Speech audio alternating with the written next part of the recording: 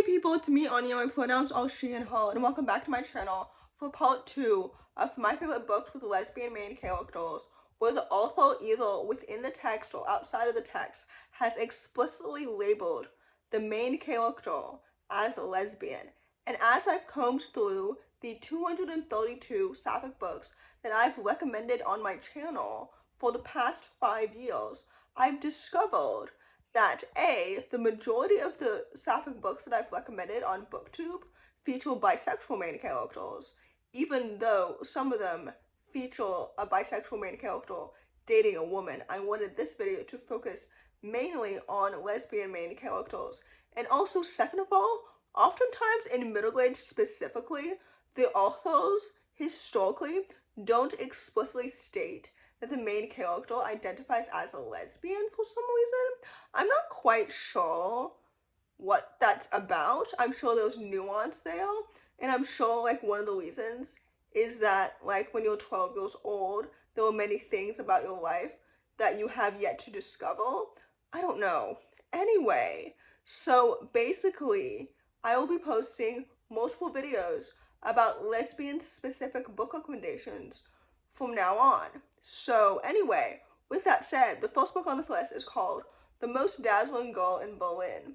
This book is a YA historical fiction following a lesbian main character during the 1930s in Berlin, which is right before World War II started. And basically, she's discovering her voice and her identity, and I think it's so good. I've mentioned this a million times in the past, but historical fiction is one of my favorite genres, and I love reading books featuring marginalized characters, especially queer characters, especially during a time of homophobia and stuff like that. Not because I enjoy like reading about characters who are suffering necessarily, but I love reading about characters who are challenging the status quo and continuing to live as openly as they possibly can. And it really reminds me that homophobia is still very rampant to this day, and I wish that it wasn't, because I think that all queer people should have all of the freedom that they deserve and all the happiness and love and value that they absolutely deserve. And anyway, I'm preaching to the choir here, obviously, but this book was so excellent and it was so well done. I loved the sapphic romance and the writing and the characters and the setting and the plot and the pacing. This book is so lyrical and it's so poetic and it's so good. I really, really enjoyed every single second of it. I think this book is so good and it's so awesome. So anyway, with that said, I would definitely highly, highly recommend it. The next book on this list is called Summer of Salt.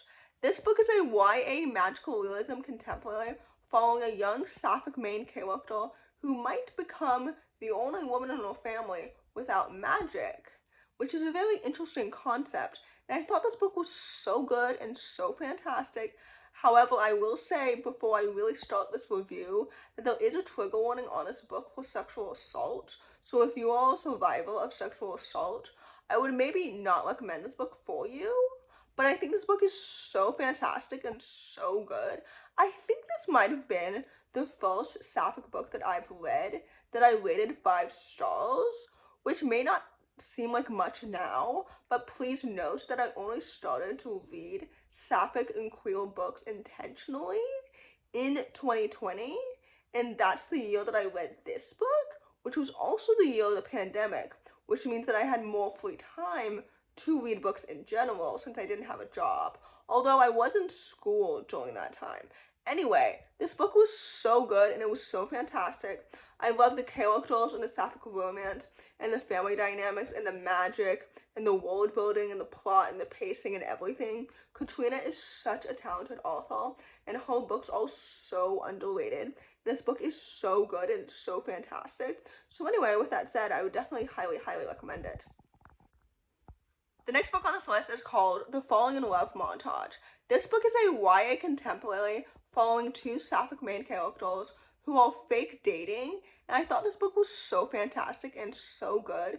Fake dating is truly one of my favorite romantic tropes, and I love it even more in a queer setting because naturally queerness amplifies every single trope ever and makes everything better because everything should be gay.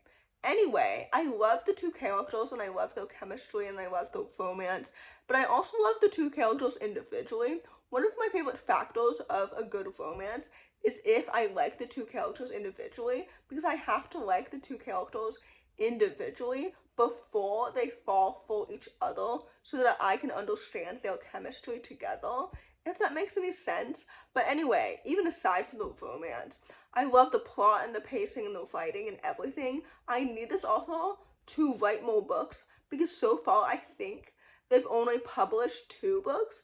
This one and Not My Problem, which unfortunately was one of my least favorite books of 2021.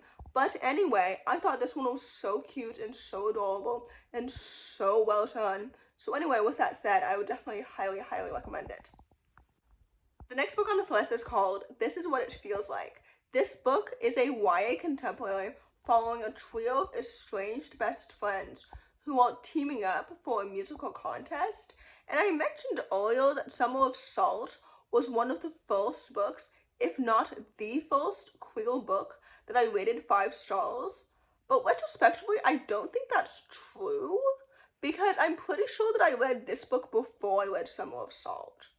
But anyway, all that to say, this book was so good and it's so fantastic. And I loved the writing and the characters and how casual the queer representation was.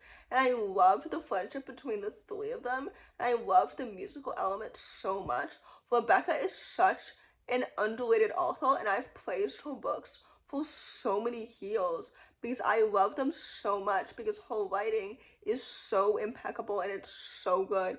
And this book is so underrated and I just really, really enjoyed it so much. I think that she's writing a horror book that's coming out this summer in case anyone's interested. Although I'm not, because I've gathered recently that I'm not the biggest fan of horror in general, although I still might be reading it anyway. Anyway, all that to say, this book was so good and it's so awesome. So with that said, I would definitely highly, highly recommend it.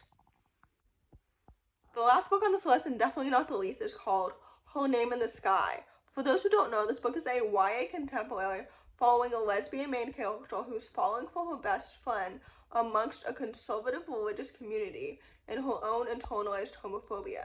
I thought this book was so good and it's so fantastic, and I think back on it fondly. I think I read this book 5 years ago now, maybe 6 honestly, but anyway, this book is so beautiful and it's so well done and it deserves all its hype and so much more. And I'm so excited for the companion novel, which I think comes out in June or May of this year, and I forget the title. But anyway, this book is so good and it's so fantastic. I think it's so important to have queer sapphic love stories set amongst like religious conservative communities because so many people experience that and there's so much nuance, or there can be so much nuance given conversations surrounding like religion, specifically Christianity and queerness. And I think that personally, I think that queerness should be celebrated, not condemned in every religion. But anyway, basically, I think this book is excellent. I love the characters and the plot and the pacing and the romance and the writing and everything. Like, this book is so fantastic and it deserves all of its hype and so much more. So with that said, I would definitely highly, highly recommend it. So in conclusion, as I've done research for these videos, I've discovered that many authors like label their main characters as gay, but I don't know if I'm supposed to assume that if they don't label their characters as bisexual or pansexual, that I'm supposed to assume that if they're not a man, that they identify as a lesbian. You know what I mean? I feel like there's so much nuance sometimes with identity and labels and everything, and sometimes authors are not very explicit when it comes to labeling their characters' sexualities. And like, I don't know. Basically, all of these books in my lesbian book recommendation videos from now on will include characters that the author has explicitly labeled, either again within the text or outside of the text, as explicitly lesbians. So anyway, in conclusion, if you enjoy this video, please don't hesitate to give it a big thumbs up, comment down below the peach emoji if you made it all the way to the end of the video. Thanks for watching, subscribe to my channel if you're new, and I'll see you in my next video. Bye!